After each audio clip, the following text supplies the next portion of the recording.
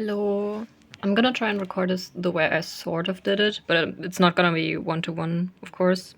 I had this presentation to my friends that don't know the game, but I keep yapping about it and they don't have any context at all. Everything they know is pictures of Majima. Like nothing else, just pictures of him in any of the encounters. So I was gonna just make a presentation about Majima, but then I was like, okay, wait, they don't even know the game. I need to do a presentation about the game itself, like I did. But I also didn't want to include too many spoilers. But when I presented it, I think I spoiled it. Like I tried not to, but I still ended up yapping off script, so to say. So yes, I'm just gonna go on the script again. So the introduction. Then who's this game even about? What's Yakuza about anyway? My boy, Kiryu Kazuma is the main character. We know him, we love him. My personal spotlight, however, wow. Street Red gets a backstory in Yakuza 0. I love that for him. I love that so much. And because we can't just start talking about him yet, I only included some encounters of him in Yakuza Kiwami, because this is all we see of him in Kiwami. Some of the encounters as the policeman, as the bar, zombie Majima, and I told him how this happened. Mr. Silly Guy has a gang, and he was like, let's pretend there's a zombie apocalypse happening. And yeah, he and his gang, all zombies, attacking Kiryu. Most important spotlight. I love you, Gurumi. That's all. Again. And then I told them about the side quests. I think one of the side quests is where he pole dances, but I don't think he's wearing the Goromi fit, but I still wanted to mention it because I was like, this would have went so hard in the Goromi fit, okay? And then this one, I didn't even do the side quest, but I have to do it someday. Goromi in the host club that Kiryu hosts. I have to fucking do it. Okay, and then we go back to Kiryu, our main character. Who is this guy? Yeah, back to the main guy. It is canon that Kiryu Kazuma does not have drip. Like, where is your drip, brother? Thankfully, we have his brother in orphanage, Akima Nishikiyama. Did I write his name right? Anyway, Nishiki, our boy. Thank you for saving his drip. Yeah, Nishiki told his brother, Kiryu Kazuma, to get some drip. So he went to get some drip. But, like, we both looked at this, Nishiki, me, we were like, bro, this is not a Yakuza. Like, what are you doing? I don't know. This is a golf dad drip. Like, do you see this? No. So thankfully, Nishiki went like, nuh-uh. And he got him some drip. Sparkle, sparkle. Yes. Thank you, Nishiki. And then we get to the next point. Thank you, Nishiki.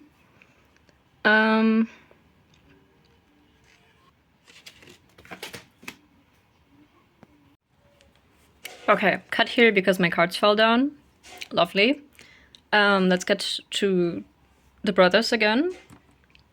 What do they want? What is their backstory? Why are we here? First of all, I wanted to say more about their lore. Who's Yakuza? Why do they have tattoos on their back? From a quick Google, I found out the tattoos are called Irizumi tattoos. For some reason, I had something else in my head, like Han, something like that, but I couldn't find that. I don't know. Yeah, they have Irizome tattoos. They often cover their whole back, and sometimes or more often they also cover their like chest area and not the stomach. And the origin of that is because in Japan the prisoners would have like prison tattoos, so the Irizone tattoos were to cover them up so that like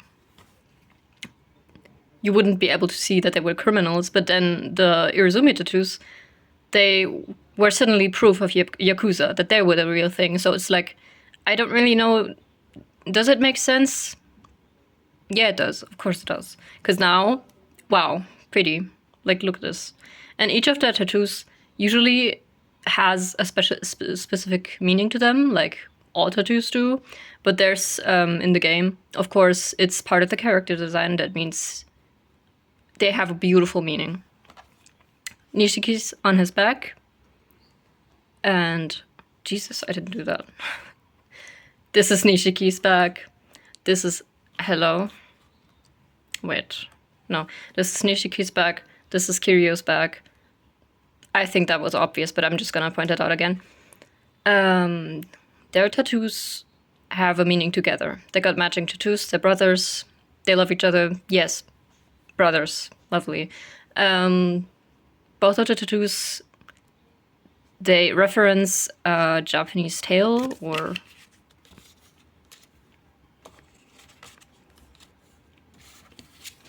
a Japanese legend.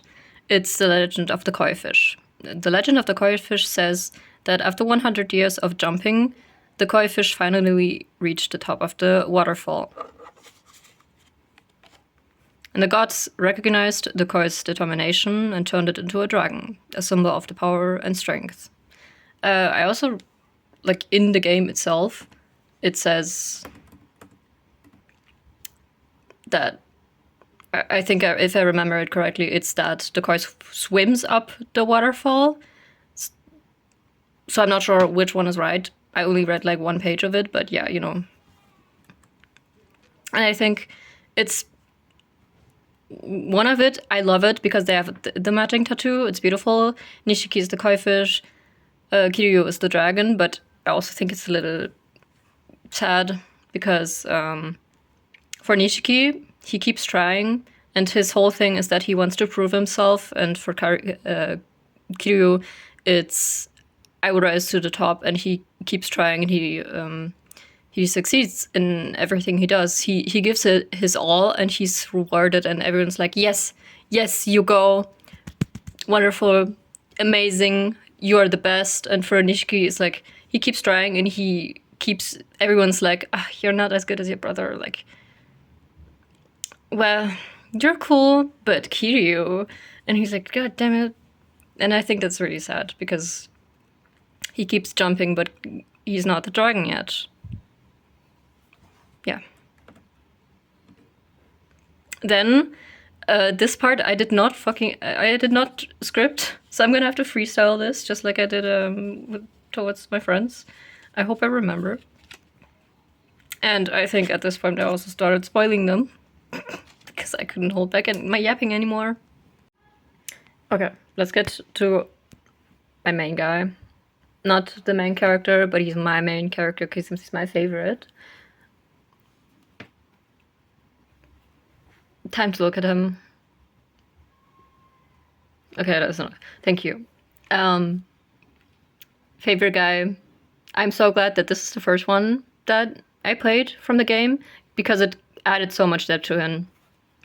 I love him so fucking much. When I saw him in the game, I did not recognize him because I didn't even know him, but if I played the first game like Yakuza Kiwami first and saw him then, I would have been like, who is this man? This is not, these two pictures aren't the same, like him and Majima. No. Yeah, okay. Freestyling it. Gojo, Majima. Hello, everyone else. We get introduced. We get introduced to him in the game by seeing him in like a big building, and he's the manager or like the host of the whole building in I think a huge host club and a really popular one with many customers and everything, and he manages it really well. Like if there's any trouble, he's dodging it really awesomely. He doesn't even beat them up. He just dodges everything they do, and they basically just crash into objects themselves. And then he's like, "Okay, when will you pay? Like when? Thank you for being here. Now you pay, and then you go. Okay." Yeah, he's made to work here, not because technically not because he wants to. He has a debt to his guy to the Yakuza, and he's trying to work it off. But every time he reaches the amount of money that he wants, he's like, "No, let's make it more." And he has his own reasons of being here. Apparently, he was looking for his brother, but yeah, we're already getting just the spoilers. Whoopsies. Yeah. Well, there's not that much for it. He's looking for his brother, and I played the game, and we don't find him. I don't remember if there's anything else, if we did find out where he is or not.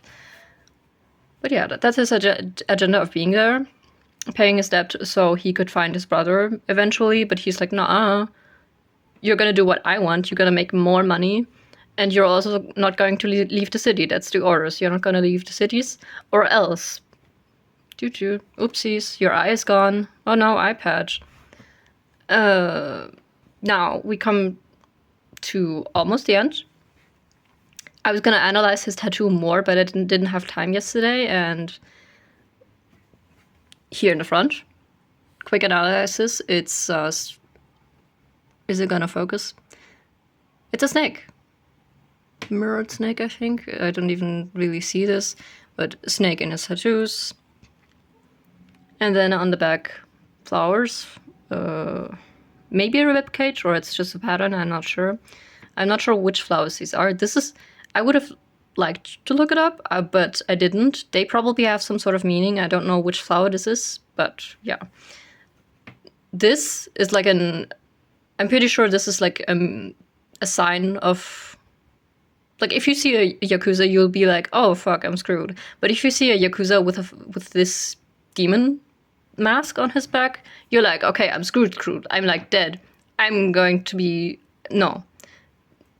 It's over. It's Jover. It's the end." Snake, meaning of betrayal. Either you betray someone or somebody betrays you. Very beautiful because it relates to his character and his story. Poor boy. Poor boy. Sign of insanity. Poor boy. Poor boy. Jesus Christ.